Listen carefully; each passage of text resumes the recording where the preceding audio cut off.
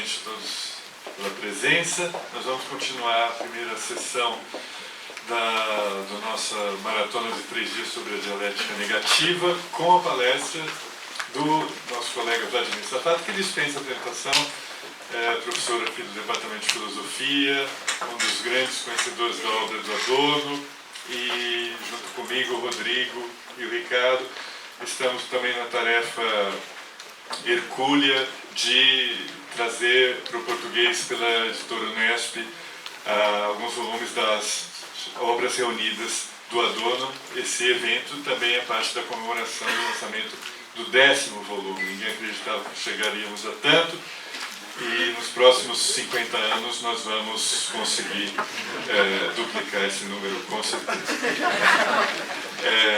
Bom, de qualquer modo, abro espaço aqui para a palestra do Vladimir, Dialética sem Aufhebung, Adorno e Marx, leitores de Hegel. Dialectics without Aufhebung, Adorno e Marx, readers of Hegel. Então, obrigado pela presença de todos vocês. Então, eu começo já lendo, porque a gente está um pouco atrasado. Veja, a posteridade filosófica, ela nos acostumou a ideia de que a dialética negativa adorniana seria uma espécie de dialética amputada do momento positivo racional de síntese. Uma dialética sem síntese. Uma amputação resultante principalmente da pretensa liberação da negação determinada de sua função estruturadora no interior da noção hegeliana de totalidade. Pois em Hegel, a negação determinada seria, ao menos segundo essa perspectiva, um movimento de constituição de relações entre conteúdos da experiência, tendo em vista a produção de uma totalidade acessível ao saber da consciência. Ao passar de um conteúdo da experiência a outro, através de negações determinadas, compreendendo com isso que o resultado das negações não é a anulação do conteúdo anterior, mas é a revelação de como ambos os conteúdos estavam em profunda relação de interdependência, a consciência teria as condições de fazer a experiência de como a determinação de um conteúdo só é completamente possível através da atualização da rede de negações que o define. Ou seja, ela compreenderia o verdadeiro sentido do adágio spinozista omni determinatio est negatio. Tal atualização da rede de negações que determinam o conteúdo da experiência seria exatamente o que Hegel compreenderia por posição da totalidade do saber. Uma posição que, por sua vez, determinaria a negatividade como astúcia, que visa mostrar o caráter limitado dos momentos parciais da experiência, pois tais parcialidades seriam superadas pelo desvelamento da funcionalidade de cada momento em uma visão acessível do todo. Já a dialética negativa adorniana, enquanto, como costumava dizer Habermas, uma prática ad hoc da negação determinada, acabaria na aporia de uma crítica totalizante da razão, incapaz de se orientar a partir de um horizonte concreto de reconciliação, beirando assim o niilismo desenfreado. Isso quando ela não foi acusada de simplesmente não ser dialética. Basta vocês lembrarem, por exemplo, do comentário de Robert Pippin, eu cito: a dialética negativa simplesmente não é dialética, mas uma filosofia da finitude e uma demanda para o reconhecimento de tal finitude. O não idêntico desempenha um papel retórico estranhamente semelhante à identificação kantiana da Ding an sich contra os idealistas posteriores. Bem, a referência a Kant não é extemporânea, porque aparentemente seria possível ver a dialética transcendental como uma espécie de dialética negativa, já que ela também é uma crítica da totalidade, mas através da exposição das ilusões produzidas pelo uso transcendente das ideias transcendentais. O que talvez nos explique porque essa leitura da dialética negativa como uma filosofia da finitude, de ares kantianos, vai ser encontrada em outras tradições de interpretação. Eu lembraria, por exemplo, de Alain Badiou, para quem eu cito Badiou: o que Adorno retém de Kant é a irredutibilidade da experiência, a impossibilidade de dissolver a experiência na pura atividade do conceito. subsiste um elemento totalmente irredutível de limitação passiva. Exatamente como em Kant, a passividade, que é a prática do sensível, é irredutível. Vejam, nessa conferência eu gostaria de questionar essas leituras, mostrando como elas erram de alvo a respeito da função da negatividade em Adorno, com sua figura privilegiada expressa no conceito de não idêntico. Para tanto, eu gostaria de lembrar que uma dialética cujo momento positivo-racional não pode ser pensado a partir da noção de Aufhebung e que se vê como um antissistema, não significa necessariamente uma dialética que abandonou todas as aspirações de síntese e de totalidade. A crítica de Adorno ao positivismo e a sua ausência de referência a uma perspectiva valorativa produzida pela possibilidade de realização de uma totalidade verdadeira já deveria nos colocar em guarda contra toda tendência a falar em uma dialética sem síntese. Mas é fato que a síntese em Adorno obedece a princípios não evidentes, como, por exemplo, estes que nós encontramos na exigência de, eu cito Adorno, liberar a dialética de sua natureza afirmativa sem perder nada em determinação. Notemos como nós estamos aqui diante de um problema ligado a modalidades de síntese, já que o problema da determinação é necessariamente vinculado ao problema dos modos de reconciliação entre sentido e experiência.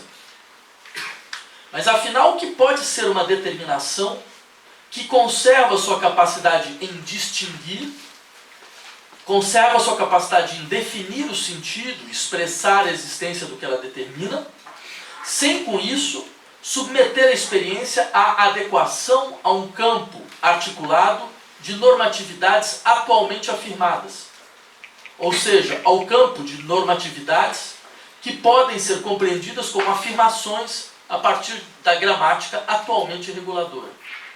Em suma, o que pode significar determinar sem afirmar? Seria determinar sem dizer o que a coisa é, convidando-nos assim a uma aporia negativista? Ou seria determinar, mas impedindo que a coisa seja dita sem que antes a linguagem atual e a sua praxis entrem em colapso, insistindo que a coisa porta uma experiência que desestabiliza o campo de condições prévias a toda experiência possível. Pois se assim for, a dialética negativa não poderia ser vista como um certo culto do paradoxo e das aporias produzidas pela retração dos horizontes de reconciliação. Ao contrário, ela seria a condição necessária para a reorientação de toda a praxis com potencial efetivo de transformação. Tenhamos esse problema em mente ao tentarmos interpretar definições da dialética como essa que nós encontramos logo nas primeiras páginas da dialética negativa. Eu cito: seu nome não diz inicialmente senão que os objetos não se dissolvem em seus conceitos, que esses conceitos entram por fim em contradição com a norma tradicional de adequácio. Fica evidente que essa dialética, reduzida ao seu núcleo de crítica imanente, obriga o pensamento a apreender a forma com que os objetos realizam seus próprios conceitos, exatamente no momento em que esses mesmos objetos não se adequam mais a seus próprios conceitos. Ou seja, dialética é a compreensão de que a contradição entre o objeto e o seu conceito é a produção de um processo que só pode ser apreendido à condição de abandonarmos as expectativas de adequação próprias à gramática da representação. Isso poderia parecer impensável. No entanto, não seria essa definição uma maneira de dizer que os objetos podem criticar seus conceitos, que os processos podem criticar suas normas, não hipostasiando o aconceitual ou o anormativo, mas salvando algo que destrói as primeiras expectativas normativas do conceito? Se assim for, a dialética poderá aparecer como um horizonte que obriga os conceitos a liberarem uma potencialidade presa no interior de suas disposições normativas iniciais, que só pode ser pensada para além da situação atual. Dessa forma, os conceitos só se realizam destruindo as situações que eles pareciam inicialmente normatizar e assegurar. Eu posso dar um exemplo disso na dialética negativa. Eu cito Adorno. O juízo de que alguém é um homem livre refere-se, pensando de maneira enfática, ao conceito de liberdade. Esse conceito, contudo, é por sua vez mais do que aquilo que é predicado deste homem, tanto quanto todo homem, por meio de outras determinações, é mais do que o conceito de sua liberdade. Seu conceito não diz apenas que podemos aplicá-lo a todos os homens singulares, definidos como livres. Aquilo que alimenta este conceito é a ideia de um estado no qual os singulares teriam qualidades que não poderiam ser atribuídas aqui e hoje a ninguém. Celebrar alguém como livre tem sua especificidade no sous-entendu de que lhe é atribuído algo impossível, porque este algo se manifesta nele. Este elemento que ao mesmo tempo salta aos olhos e é secreto, anima todo juízo identificador que de alguma maneira é válido. O conceito de liberdade fica aquém de si mesmo no momento mesmo em que ele é aplicado empiricamente. Ele mesmo deixa de ser então o que ele diz. Vejam, essa passagem é, a meu ver, exemplar a respeito do que Adorno entende por dialética negativa. Liberdade não é algo que se predica de um sujeito, sem que tal predicação nos leve a um processo contraditório com a situação atual. Há uma desarticulação do próprio campo dos predicados. Há um estado impossível de ser determinado a partir da potencialidade das determinações vigentes no aqui e agora. Por isso, determinar enfaticamente um homem como livre é, ao mesmo tempo, atribuir-lhe algo que destrói o conceito de liberdade, tal como ele atualmente determina e identifica em sua potencialidade afirmativa. Celebrar alguém como livre é apelar àquilo que não é simplesmente uma possibilidade de um estado atual. Ou seja, aquilo que não é uma normatividade realizada sequer como possibilidade da situação atual, mas que é, na verdade, impossibilidade que coloca o atual em contradição. Mas esse impossível não é um não realizável. Impossível é apenas aquilo que, a partir da perspectiva das possibilidades reguladas pela situação atual, não pode se realizar. Nesse sentido, o conceito de liberdade precisa ficar aquém de si mesmo quando aplicado. Não por estarmos estilizando algum gosto aristocrático por aporias, mas por esta ser a forma de colocar a situação atual em movimento, sem com isso reiterar mais uma vez aquilo que se reduziu a ser apenas um possível das normatividades atuais. Vejam, há várias maneiras de expor a natureza desse movimento, mas eu gostaria de escolher uma via pouco explorada, a saber, mostrar como a dialética negativa adorniana reatualiza motivos próprios a críticas feitas por Marx a Hegel.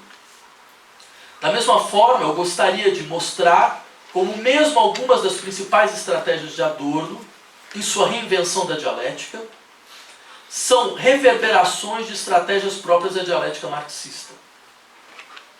Essa será uma maneira de colocar em outras bases o problema da praxis produzida pela dialética negativa. Essa proximidade não deveria nos surpreender, já que antes de Adorno, a dialética de Marx se colocava claramente como uma dialética sem Aufhebung. À sua maneira, Marx também visava liberar-se da natureza afirmativa da dialética hegeliana, sem perder nada em determinação. Ou seja, se quisermos, a sua maneira, a dialética de Marx também era negativa. Tal como Adorno, ele também partia da constatação de que, eu cito Adorno, nenhuma das reconciliações sustentadas pelo idealismo absoluto desde a reconciliação lógica até a reconciliação histórico-política, se mostrou válida. Então vamos partir da recuperação da crítica de Marx à noção hegeliana de Aufhebung. Não que eu acredite que ela esteja correta, mas é simplesmente para a gente poder fazer o argumento funcionar, né? Uma das múltiplas maneiras de discutir a crítica de Marx à dialética hegeliana é partindo desse seguinte trecho do fim da Fenomenologia do Espírito, que bem descreve o conceito hegeliano de saber absoluto e, por consequência, o seu movimento de Aufhebung. Eu cito Hegel. A tarefa de conduzir o indivíduo desde o seu estado inculto, ungebildete, né, não formado, até o saber, devia ser entendido em seu sentido universal e tinha de considerar o indivíduo universal, o espírito consciente de si, o Weltgeist, na sua formação cultural. No que toca à relação entre os dois indivíduos, cada momento do indivíduo universal se mostra conforme ao modo como o espírito universal obtém sua forma concreta e sua figuração própria. O indivíduo particular é o espírito incompleto, uma figura concreta. Uma só determinidade predomina em toda sua existência, enquanto outras determinidades ali só ocorrem como traços rasurados. O indivíduo cuja substância é o espírito situado no mais alto percorre esse passado da mesma maneira como quem se apresta a adquirir uma ciência superior. Percorre os conhecimentos preparatórios que há muito tem dentro de si para fazer seu conteúdo presente. Evoca de novo sua Erinnerung, sua rememoração, sem, no entanto, ter aí seu interesse ou demorar-se neles. O singular deve também percorrer os degraus de formação cultural do espírito universal, conforme seu conteúdo. Porém, como figuras já depositadas pelo espírito, como plataformas de um caminho já preparado e já planeado. Essa existência passada é propriedade já adquirida do espírito universal. Conforme esse ponto de vista, a formação cultural considerada a partir do indivíduo consiste em adquirir o que lhe é apresentado, consumindo em si mesmo uma natureza inorgânica e apropriando-se dela.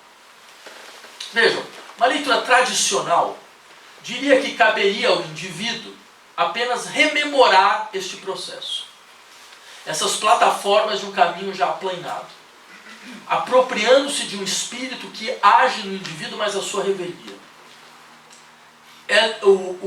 O indivíduo deveria adquirir o que lhe é apresentado, confirmando o que aparece na efetividade como uma necessidade ainda não reconhecida. Pois a verdadeira experiência seria, no fundo, uma rememoração de formas já trabalhadas pelo desenvolvimento histórico do espírito. Nesse momento, o indivíduo deixaria de orientar o seu agir e o seu julgamento com uma consciência individual e se orientaria como encarnação de um espírito do mundo, que vê sua ação como posição de uma história universal que funciona como elemento privilegiado de mediação. O indivíduo singular se transforma em consciência do espírito de seu tempo, adquirindo a perspectiva da totalidade própria ao absoluto. O que só poderia significar uma absolutização do sujeito, que deixa de ser apenas eu individual para ser aquele capaz de narrar a história universal e de ocupar sua perspectiva privilegiada de avaliação. É aí que nós chegaríamos se nós levássemos ao pé da letra afirmações equivocadas, como, por exemplo, de comentadores como Jean Hippolyte, clássico, né? Para quem, mas eu peguei porque era muito evidente, né? A história do mundo se realizou. É preciso somente que o indivíduo singular a reencontre em si mesmo. A fenomenologia é o desenvolvimento concreto e explícito da cultura do indivíduo. A elevação de seu eu finito ao eu absoluto. Mas essa elevação não é possível senão ao utilizar os momentos da história do mundo que são imanentes dessa consciência individual. Enfim, tudo se passaria como se a experiência da consciência fosse uma rememoração e essa, por sua vez, fosse uma historicização capaz de nos levar a compreender como o passado determina o nosso agir, constitui a racionalidade de nossas instituições e os nossos padrões atuais de racionalidade. como se a palavra que traz o saber absoluto fosse, no fundo, eu sempre soube. Seria possível criticar esta forma quietista de compreender a rememoração hegeliana. Eu mesmo já fiz isso em outra ocasião. Mas é certo que ela orienta em larga medida a leitura de Marx. A seu ver, ao ver de Marx, essa submissão da experiência à rememoração é a prova maior de que as conciliações se dão em Hegel como formas astutas de confirmação da efetividade. O retorno a si pressuposto pela experiência hegeliana é apenas a elevação da efetividade à condição de objeto pensado. E essa elevação é a verdadeira forma da reconciliação e da síntese. Esse é um topos repetido por Marx de forma insistente. Hegel reinstauraria a existência no ser pensado, transformando com isso o mundo dos objetos em abstração do pensamento. Daí porque, eu cito Marx, o pensar enquanto pensar finge imediatamente ser o outro de si mesmo. Marx é ainda mais claro ao afirmar que não é o caráter determinado do objeto que aparece a Hegel como fator de alienação, mas, na verdade, o caráter objetivo em geral. Vejam, a objetividade do objeto deve se dissolver na abstração de uma consciência de si, cujo saber, cuja capacidade de percorrer os degraus da formação cultural do espírito universal é o seu único ato. O objeto se revelaria assim apenas como a aparência de um objeto, como mera projeção do saber da consciência e de suas teias de rememoração. Eu cito Marx. O objeto é por isso mesmo um negativo que supera a si mesmo, uma nulidade. Esta nulidade do mesmo não tem para a consciência uma significação apenas negativa, mas positiva. Pois aquela nulidade do objeto é justamente a autoconfirmação da não objetividade de sua própria abstração. Mas veja como o movimento aqui é duplo, e é isso que deixa a coisa mais interessante, a crítica do Marx mais interessante. Não é apenas o pensar que determina as possibilidades de existência em um idealismo que parece confundir percepção com delírio. É a existência que limita um pensar que aparece agora sob a figura privilegiada da rememoração do já estabelecido. Isso fica claro na crítica que Marx faz à concepção hegeliana de Aufhebung. Através da Aufhebung, dirá Marx, tudo que é superado continua existindo, sob a forma de momentos necessários da autoconfirmação do espírito. Ou seja, o pensar seria apenas a reconfirmação da existência sob a forma da necessidade. Eu cito Marx. Assim, por exemplo, na filosofia do direito de Hegel, o direito privado superado é igual à moral. A moral superada é igual à família. A família superada é igual à sociedade civil. A sociedade civil superada é igual ao Estado. O Estado superado é igual à história mundial. Na realidade, no entanto, continuam subsistindo direito privado, moral, família, sociedade civil, Estado, etc. Apenas se tornaram momentos, existências e modos de existência do homem. Momentos que não têm validade isolados. Momentos que se dissolvem e se engendram reciprocamente. Momentos do movimento.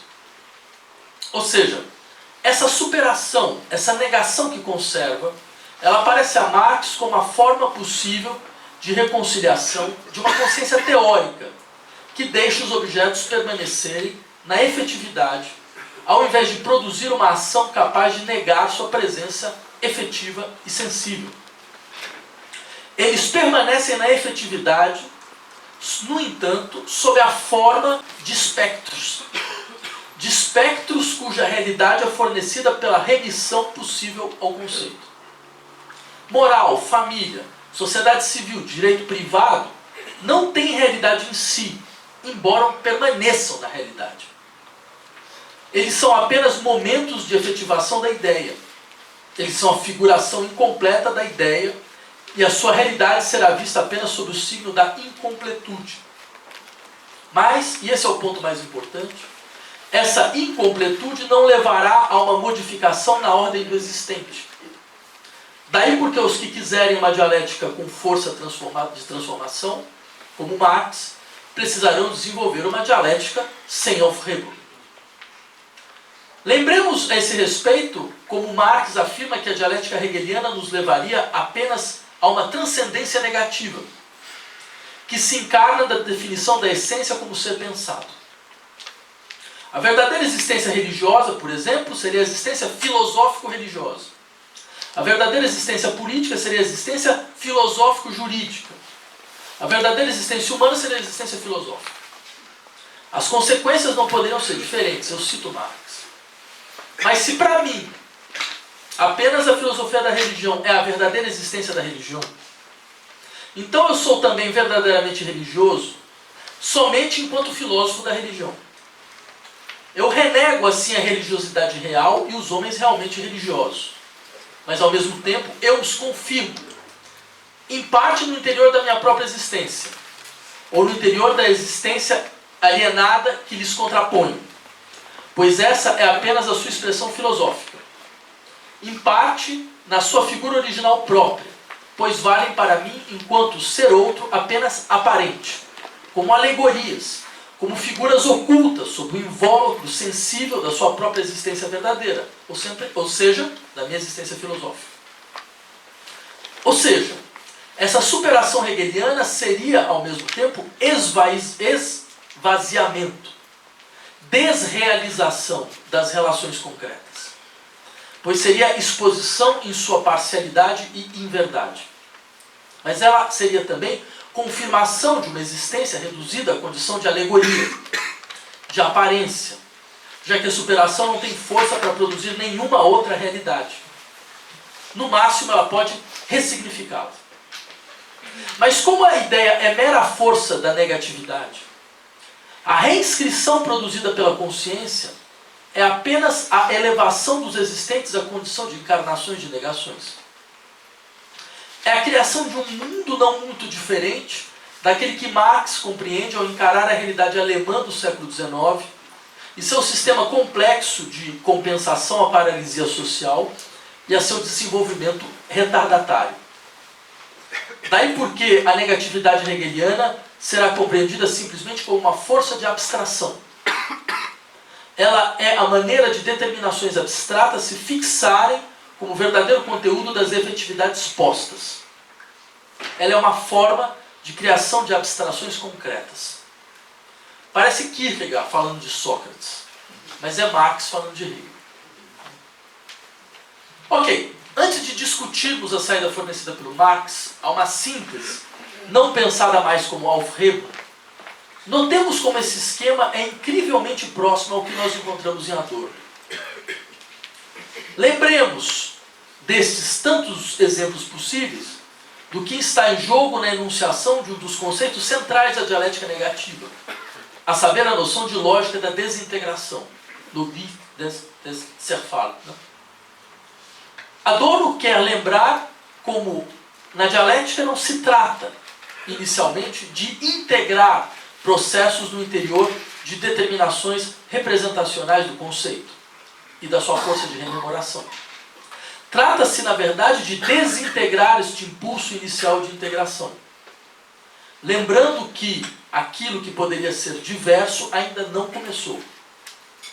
Daí a necessidade de afirmar, eu cito Adorno, o movimento da dialética não tende para a identidade na diferença de cada objeto em relação ao seu conceito. Ela antes coloca o idêntico sob suspeita. Sua lógica é uma lógica da desintegração da figura construída e objetivada dos conceitos, que o sujeito cognoscente possui de início em face de si. Ou seja, a dialética não cria uma identidade através da integração da negatividade de cada objeto ao seu conceito, como nós vimos Marx denunciar Hegel e o seu estado que, por exemplo, desrealiza a família. Ela, na verdade, desrealiza, mas conservando-a como um momento parcial. A dialética ela desintegra a objetividade inicial dos conceitos, pois a negatividade dos objetos não são apenas integradas ao conceito. Elas empurram os conceitos para além de si mesmos, para um ponto de transformação de sua força normativa inicial. Essa desintegração é a forma adorniana de recusar a figura da síntese dialética como Aufhebung, com seus jogos de negação e conservação. Mas há aqui uma diferença aparente entre Marx e Adorno. Enquanto Marx afirmava que ao integrar através do conceito, Hegel desrealizava relações concretas, conservando o que deveria ser não apenas superado, mas anulado, a fim de que uma outra configuração da existência emerja, Adorno afirma que essa integração elimina o potencial de transformação próprio à atualização de experiências em latência, esquecidas no passado. Experiências que poderiam fazer uma nova existência emergir. Daí porque ele afirma, em um tom radicalmente próximo do jovem Marx, falando da ideia como uma força de abstração, eu cito Adorno, na medida em que, a cada novo nível dialético, Hegel se esquece do direito próprio ao nível precedente, ele prepara o molde daquilo que ele acusa como negação abstrata. Uma positividade abstrata, isso é, ratificada a partir do arbítrio subjetivo. Notemos o que diz Adorno. A consciência hegeliana é uma força de paralisia, porque através da rememoração ela conserva os momentos de experiências passadas. No entanto, ela conserva, mas ela esquece também. Ela esquece daquilo que não se constituiu no passado como experiência totalmente determinada e conceitualmente organizada. Porque o que teria direito próprio no nível precedente, segundo Adorno, é aquilo que não se realizou nem no passado nem no presente. É aquilo mutilado pelo próprio processo de racionalização social. Nesse sentido, a diferença entre Marx e Adorno se esvai. Lembremos de uma das razões pelas quais Marx abandona, eu vou terminando um pouco por aqui, o modelo de síntese como rememoração da consciência de si. Uma das razões é a insistência em uma outra forma de síntese, que não pode ser compreendida sob o modelo da subsunção do objeto a uma subjetividade constituinte, mas que só pode ser compreendida como implicação multilateral através da sensibilidade, tão presente nas discussões a respeito do metabolismo entre humano e natureza.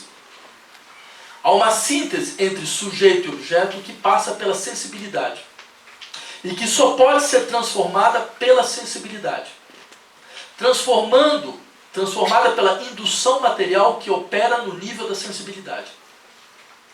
Marx compartilha com Feuerbach a tentativa de recuperar a centralidade da sensibilidade, como dizia o Marcuse, de situar de novo a receptividade sensível no início da filosofia. A condição de compreender a transformação social como uma, eu cito Schiller, como uma verdadeira revolução total de todo o modo de sensação. Essa recuperação da sensibilidade implica reconhecer que a própria sensibilidade, em seus regimes de relação e de afecção, produz formas de pensamento. E não é apenas, a sensibilidade não é apenas uma recepção de uma matéria inerte que receberia forma através da espontaneidade do entendimento e na sua submissão a uma compreensão autárquica dos estágios do conhecimento. Uma mudança na estrutura da sensibilidade é mudança na relação à natureza, ao mundo dos homens e a si mesmo. Essa transformação da sensibilidade passa pela expressão de uma atividade que não é possessão, Besitzer, do objeto sob a forma a funcionalidade do trabalho e dos seus objetos reduzidos à condição de suporte do valor, como diz Marx.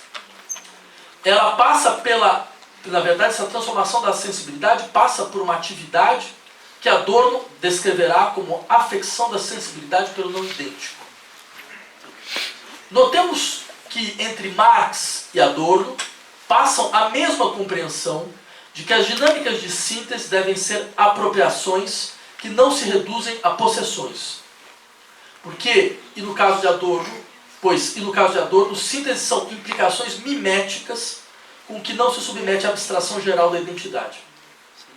Ao lembrar, eu cito Adorno, que enquanto o momento não puramente cognitivo do conhecimento, o momento somático é irredutível, Adorno lembra que a dialética negativa deve fazer valer tal irredutibilidade no interior de uma lógica da desintegração, a fim de lembrar que o antagonismo entre sujeito e objeto não pode ser eliminado apenas por meio do espírito. Terminemos lembrando que essas questões poderiam requalificar melhor o problema que aparece como um dos eixos maiores da distinção entre dialética marxista e dialética negativa, e que eu evitei abordar durante toda essa conferência. Mais do que uma saída que parece dar à contradição sua figura contemporânea, e a sua figura contemporânea numa dimensão ontológica, no caso da não-identidade, Marx insistiria, essa é uma leitura corrente, em criticar a Aufhebung hegeliana, a fim de permitir a emergência de uma negação absoluta da ordem, tal que abrisse o espaço ao advento de um novo sujeito, no caso, o proletariado.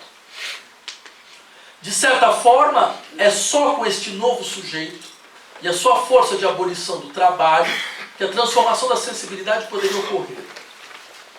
Ora, todos nós aprendemos como o horizonte da experiência filosófica adorniana seria marcado exatamente pelo colapso de todo o processo de emergência de sujeitos políticos com potencial de transformação revolucionária devido ao diagnóstico da integração do proletariado no interior das dinâmicas do estado de bem-estar social. Mas, se de certa forma Adorno de fato acredita que a expectativa de transformação depositada na classe sociológica dos trabalhadores proletários não pode mais ser posta, há de se lembrar que o conceito de proletariado tem em Marx uma realidade que não é apenas sociológica. Ele descreve também uma posição ontológica ligada à dispossessão generalizada como condição para a ação efetiva, ligada à expressão da negatividade e da irredutibilidade às predicações como posição fundamental do sujeito. Não seria correto afirmar que este vínculo entre sujeito e negação desaparece em Adorno. O que desaparece do seu horizonte é a possibilidade de nomear quais atores sociais poderão realizar na realidade tal vínculo, o que é apenas um diagnóstico histórico local, assim como um chamado a que novos sujeitos ocupem esse lugar. Era isso. Muito obrigado.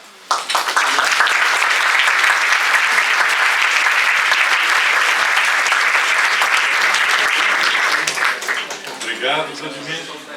Alô? Está funcionando isso? Bom, tenho 7 perguntas. Estou brincando, não tem nenhuma, nós já discutimos muito esse assunto entre nós. Vou abrir a pergunta e coordenar simplesmente a participação do público nessa fala tão intrigante que terminou com uma questão muito atual sobre a possibilidade de repensar uma positividade para a dialética negativa, não em termos filosóficos, mas em termos políticos sociais. E esse é o grande impasse da nossa época, no qual os despossuídos estão cada vez mais se configurando como novos sujeitos políticos, né? Então, qual é a atualidade de repensar isso do ponto de vista de uma atualização histórica da questão filosófica colocada primeiro por Hegel, depois por Marx, agora por Adorno e em seguida por Vladimir, nessa sequência, né? E por Paulo Arantes, outros colegas e professores.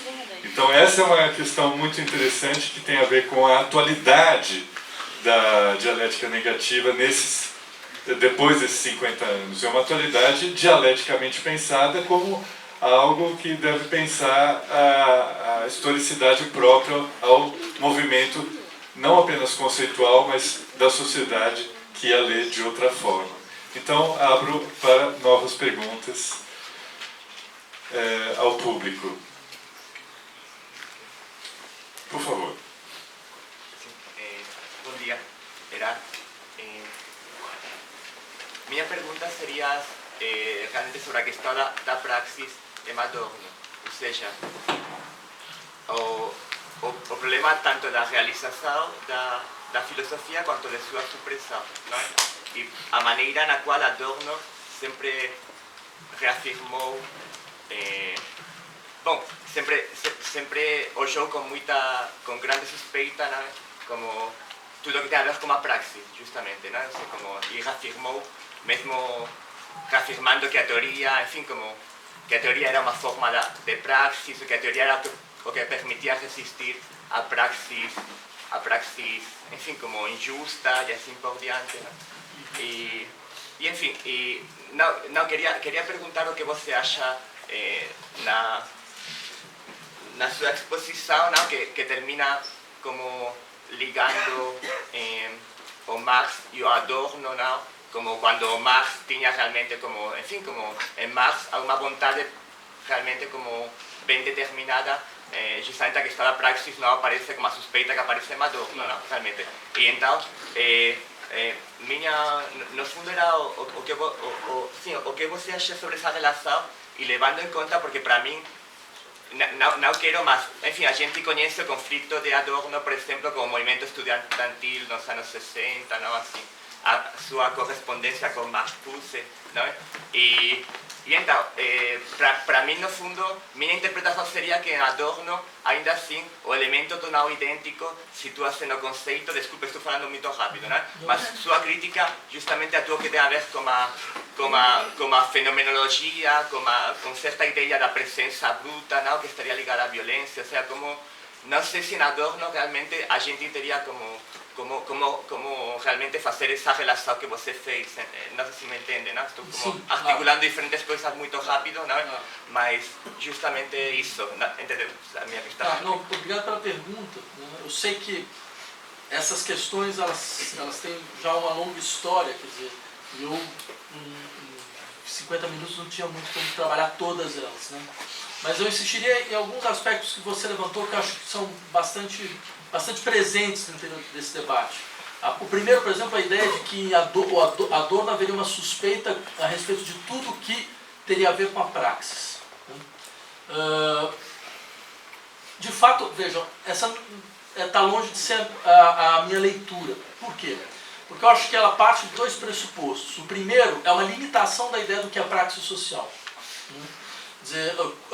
É sempre bom a gente lembrar que, de uma certa forma, é possível ler o Adorno insistindo que o Adorno procura mostrar como a noção mesma de praxis social só faz sentido se ela absorver, por exemplo, a praxis estética, que não é uma compensação ao impasse da praxis de transformação efetiva da vida social. Não é uma lógica compensatória que está trabalhando aqui, um pouco, sei lá, como Bourdieu vai falar, uma constituição da ideia de autonomia do campo literário, na França do século XIX, é uma compensação às impossibilidades de transformação social efetiva vinda do colapso de 1848, da Revolução, por aí vai. Não é isso que nós contamos em Adorno, eu diria, algo que me parece muito importante de ser tematizado, que é a praxis estética tem força indutora de transformação da praxis social. Porque ela é uma discussão sobre a estrutura da sensibilidade e a abertura, então, para um tipo de modo de experiência que vai ter consequências morais, tem consequências cognitivas e tem consequências políticas. Então, falar que o Adorno é alguém que, de uma certa maneira, se exime do campo da praxis para cultivar a dimensão mais, digamos assim, mais elaborada da experiência estética, ela é o resultado de uma desqualificação secular da filosofia estética. Acho que é simplesmente mais uma das figuras de como a filosofia trata mal o campo da estética, como ela pensa mal o campo da estética em sua realidade social. Por outro lado, aí o lado que acho que nós colocaríamos, é evidente que na comparação ao Marx, o Marx ele insiste em uma possibilidade de um modelo de negatividade que emerge para além dos processos de reconciliação hegeliano, porque ele acredita que essa emergência também é a emergência de um novo sujeito, que é um novo sujeito político, né? que é o proletariado, não como um sujeito que tem no seu bojo uma demanda de redistribuição, de justiça distributiva, de redistribuição, mas ela tem também no seu bojo a ideia de uma subjetividade que já não se determina mais como se determinava até então. Por exemplo, quando Marx vai dizer que os proletários não têm família, não têm nação, não têm Estado, não têm pátria, não têm moral, e não se trata de dar a eles uma moral, uma família, um Estado, uma pátria, ou seja, eles aparecem como uma força de dispossessão que não é só uma força de dispossessão negativa, de não inscrição na vida social. É uma emergência de uma relação de sujeito e negatividade que coloca em questão o modo de determinação tal como a situação atual o configura. Eu diria, essa relação de sujeito e negatividade, mesmo que ela não seja mais encarnada para o Adorno em alguma figura sociológica definida, né? Como por exemplo o caso do proletariado, ou não é encarnada em alguma figura minoritária, como por exemplo vai acontecendo em alguns momentos dos textos do Marcuse, ela está presente, à espera de uma encarnação possível. Né? O que significa? Quer dizer, Adorno tem um diagnóstico social de época que indica, bem, neste momento atual, 1960, certo? As condições para a consolidação de uma subjetividade de um sujeito político não estão dadas. Né? E aí há uma questão de se saber se, afinal de contas, o diagnóstico histórico era correto ou não. Mas esse é um diagnóstico correto, é um diagnóstico histórico. Né? E aí, enquanto diagnóstico histórico, ele não coloca em questão, né, aquilo que seria a dimensão fundamental da possibilidade de praxis, que não está suspensa, né, no sentido forte do termo. Agora, só finalizando, quando você fala, por exemplo, mas é a questão do Adorno no movimento estudantil. De fato, é um momento traumático, né? A gente poderia ficar aqui fazendo um psicodrama durante horas sobre essa questão, né? O Adorno, a polícia, o movimento estudantil e todo esse tipo de coisa. Agora, eu lembraria só um dado, que eu acho que é bom para complexificar a figura. Né? Bem, lembrem, por exemplo, da entrevista com a dona da Spiegel, né? Logo em seguida. Né? E o pessoal da Spiegel começa a perguntar a ele, não, mas ao que parece os estudantes usam as suas ideias. E ele fala, não, mas eu nunca me deixei instrumentalizar. Aí o jornalista começa a perguntar, mas o que você realmente está disposto a fazer? Por exemplo, ele fala, é muito engraçado, ele fala isso para o próprio jornalista da Spiegel. Bem, impedir que a Spiegel circule, tudo bem. Fazer sit-in, né? Impedir, ficar na frente, né? Imagina, vocês na frente da Veja, né? Nunca vi esse filme. Certo? Ou seja, era assim, você percebe? Não pode, em hipótese alguma, ser chamado como uma abolição completa da dimensão mesmo de intervenção na praxe. Lembra como, neste mesmo momento, Adorno ele faz inserções muito claras a respeito do Estado policial alemão, a respeito das leis de exceção, certo? Que são colocações, digamos assim, de quem tem uma intervenção prática precisa. Agora, é claro, quer dizer, que ele via, e aí é um diagnóstico que a gente poderia discutir, ele via que não faz sentido um pensamento crítico que se transforma num pensamento estratégico. E o que os estudantes queriam era transformar o pensamento crítico num pensamento estratégico. Né? Pelo menos essa era a leitura deles. Você pode criticar ou não, né? Mas ela não é também uma leitura irrelevante. Né? Não é uma leitura facilmente criticável. Eu estou até levando em conta o que foi o desdobramento, por exemplo, do movimento estudantil da Alemanha de então. Né? Então, quer dizer, pelo menos uma leva do movimento vai ir em direção à ação direta, todo esse tipo de coisa. Então, a questão é interessante, mesmo que a resposta possa ser repensada. Mas a questão é relevante para a praxis, para uma dimensão prática, não como um elemento de saída da praxis. Né? Posso acrescentar uma coisa, porque Não sei se nós temos mais alguma questão, porque nos próximos dias essa questão certamente vai voltar. Mais alguma questão? Por favor. I don't speak Portuguese, but I read it, and so I understood it would say 85-90%. I'm very happy about that. I thought it would be less. And I found your paper really interesting, and also because it filled maybe a gap in Beltram's paper, which was the presence of Marx, which was actually absent, but it's crucial for Adorno, obviously. And of course the manuscripts, which were very important. Adorno was one of the first to read the manuscripts in Germany. They had an immediate impact on his philosophy, and so I think it's really, I would say that the metaphysics of Adorno was conditioned by the manuscripts. But there's something else. You mentioned the Rememoração, Erinnerung, and famous finale of the Phenomenological Spirit. I would like you to say something about a famous passage in the German ideology, namely the one in which Marx says that philosophy becomes history. And so I would like to know what you think about this passage in relationship to Hegel's Sure, passage. sure. And unfortunately, the part I understood less, but then I understood something about your answer now, and so maybe I'm trying to reconstruct in my head. I'm Italian, so it's Latin language. And the problem of a proletarian and a new social agent for change. If I understood correctly, but this is a very big, huge one, Adorno doesn't think that the proletarians are the alleged agent for this change, and he thinks that for contingent reasons, so to say. But I have a problem with this, because if Adorno accepts, this is a very specific question, Marx's theory of value, and so this is the first question, does Adorno agree with Marx on the theory of value? Then he must think that also proletarians are the agent of change. That's what I think. But I finished, because maybe I didn't understand anything, that's also a possibility. No, but well, it's a very nice question. I'd like to begin for the last one. Actually, you're right. It means it's not possible to erase the position, let's say, the role of the proletarian if you accept, for example, the Marxist theory.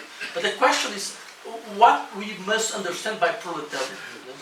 And I would like to, let's say, to stress the possibility to make a kind of distinction between, let's say, a sociological description and the ontological position. And I think that the Marxist concept of proletarian is a, let's say, is a mix between the two. It's a mix between a sociological description and an ontological position.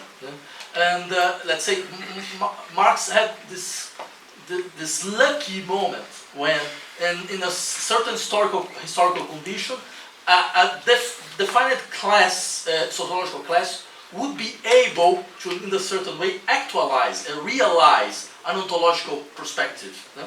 And why I think this is so important? Because, well, in a certain way, the proletariat is not just this class that there is nothing instead his own force of work. If you talk slowly, you can say it also in Portuguese. It's fine with me. No, but okay. It's just for the others, for everybody. But pode ficar em inglês, okay? Then we can Okay. sure that we are understanding. Okay. Both. Yeah, Italian is not. That's not an issue. But the question is, for example, I would like to stress that there is, let's say, a Hegelian idea of negativity, the Hegelian idea of the link between subject and negation in the Marxist concept of proletariat. Because in a certain way, for example, what is the major feature of the let's say, this ontological concept of proletariat is this, it's, let's say, this dispossession position, a dispossessed position. Is that this anti-predicative reality. It's something that we cannot, well, we cannot predicate the proletariat. We cannot say the proletariat has, for example, is a citizen of a state, is a member of the family, is a subject of moral, because there is something that is not determined in the way that we determine subjects in this actual situation. I think this we can find in Adornian position. Yeah? And then I would like to, I would like to suggest that we can, in a certain way, say that this concept, this ontological concept, present in the Marxist concept of proletariat, is also present in the notion of subject in Adorno. Even if, let's say, the historical incorporation of this ontological perspective as the sociological class of the workers, poor workers, doesn't exist anymore in Adorno. But it doesn't exist, let's say, because a historical diagnosis linked with this idea of state capitalism and so on. And then we can discuss, but we need to discuss this diagnosis in a historical perspective. This is the first position, the first question. And the second one about the German ideology in Marx, I would like to say, the good question is, okay, it's of course, Marx tried to, in a certain way, sublate philosophy. Say, well, we need to realize now. But the question is, what is exactly realize philosophy? Is to take philosophy off, to say there is no time more for philosophy, or now we can, in a certain way, realize some philosophical concepts in political economy, in sociology, and so on, because we need to remember how Marx, in his age, was read as a philosopher by the economists, saying, but look, the Capital. It's a plenty of philosophical concepts and philosophical movements, and this could be a way to try to understand which kind of real relationship Marx has with philosophy.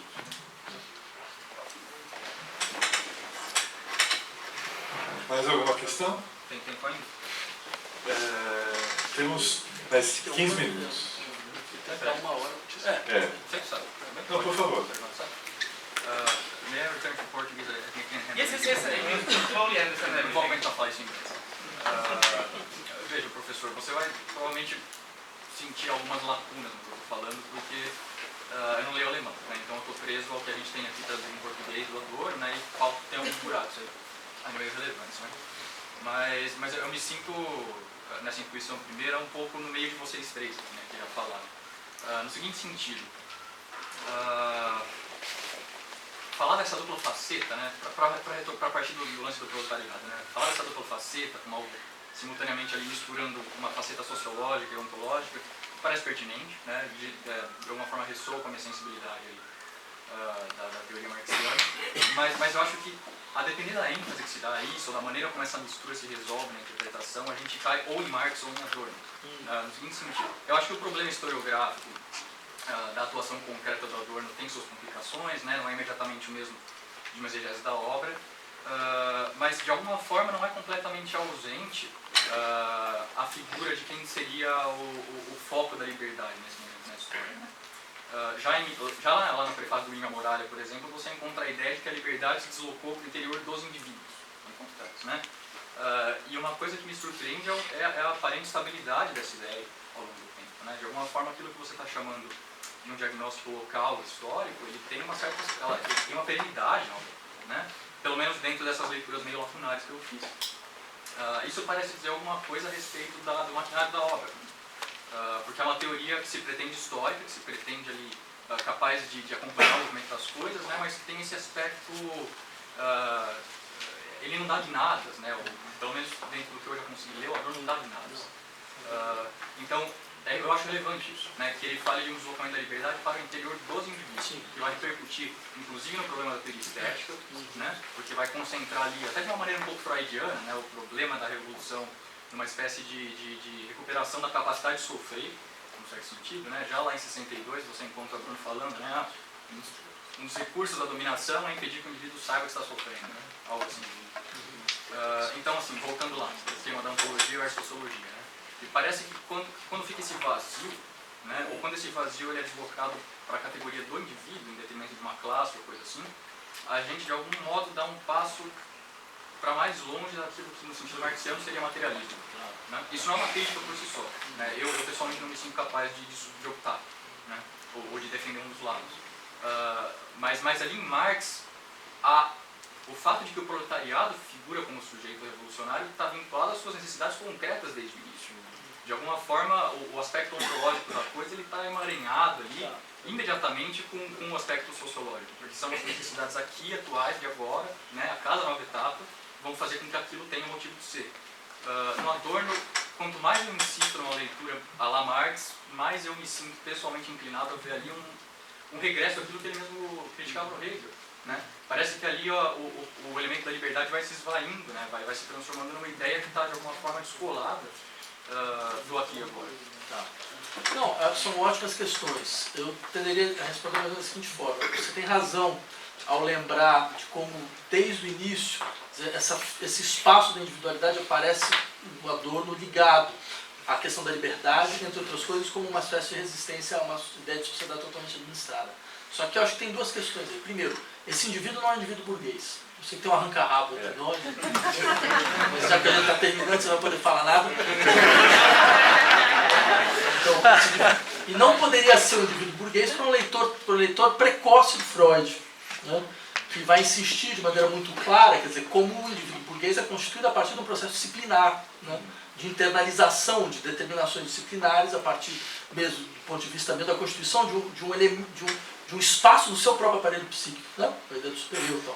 Quer dizer, nesse sentido, eu diria que o que Adorno está fazendo é muito parecido, de uma certa forma, então para encurtar o caminho, com o que, por exemplo, a gente está falando em Antígona, por exemplo, quando Hegel fala Antígona expressa a feminilidade, o feminino como a ironia da comunidade, né? Por quê? Porque o feminino é esse elemento expulso da comunidade, certo? E que, ao retornar, mostra como a comunidade não é universal. Ela não realiza o seu próprio conceito, né? De uma certa maneira, o indivíduo faz esse papel, nesse contexto da Adorno.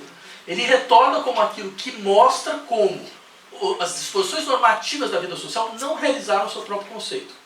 Então eu diria, por que não é um indivíduo burguês? Não é um indivíduo burguês no sentido daquele que é desprovido de sistemas de interesses, que é provido da sua capacidade de autodeterminação, certo? Da sua autarquia, da sua ideia de autonomia, certo? Ao contrário, quer dizer, alguém que vai insistir no papel do não idêntico como elemento constitutivo da própria subjetividade, não pode admitir uma ideia tradicional de autonomia, não pode admitir uma ideia tradicional de interesse, de organização de desejo nesse sentido. Então, o que acontece? Essa posição da individualidade que resiste, é, na verdade, o lugar no interior do qual a figura do sujeito expressa, mas não o interesse dos indivíduos, expressa a experiência histórica do que não se realizou, né? Então, quer dizer, enquanto nós, de fato, compreender essa posição como posição ocupada por indivíduos, no sentido forte do termo, a gente nunca vai entender por que ela pode ter uma importância tão grande no interior da filosofia adorniana. Vai ficar parecendo que é uma saída liberal do Adorno. E aí eu posso entender. Você fala, não, mas parece que a gente saiu do horizonte de qualquer tipo de marxismo possível. Mas eu diria, a questão fundamental é entender, mas o que significa sujeito desse? E qual é a temporalidade desse sujeito? Será que não é uma temporalidade que faz ressoar toda uma natureza recalcada, né, pelos processos de racionalização social, como o Adorno insiste tanto? Quer dizer, essa natureza está presente internamente nos sujeitos, e essa natureza ela não seria então uma segunda natureza que consolida uma experiência social que até agora não encontrou forma, e só encontrou forma através mesmo da sua expulsão para aquilo que é o impensado da vida social, que é a própria natureza, nesse sentido? Então, quer dizer, eu acho que seria importante reconsiderar, afinal de contas, o que o Adorno está entendendo por sujeito dentro desse contexto. Não, parece bom. Inclusive, a primeira das teses sobre necessidade concordo com o que você falou agora. Mas eu não saberia mais responder a partir daí. Obrigado. Posso 3 minutinhos sobre esse tema? Bom, nós já discutimos isso longamente, mas é uma questão muito importante que se junta às outras. E para fecharmos aqui a nossa manhã, eu diria que nós tendemos, nas nossas leituras, e quando eu falo esse nós, eu já estou pondo em questão o que eu vou dizer, a voltar a Adorno para Hegel, voltar a Adorno para Marx, porque talvez Adorno não seja insuportável, né?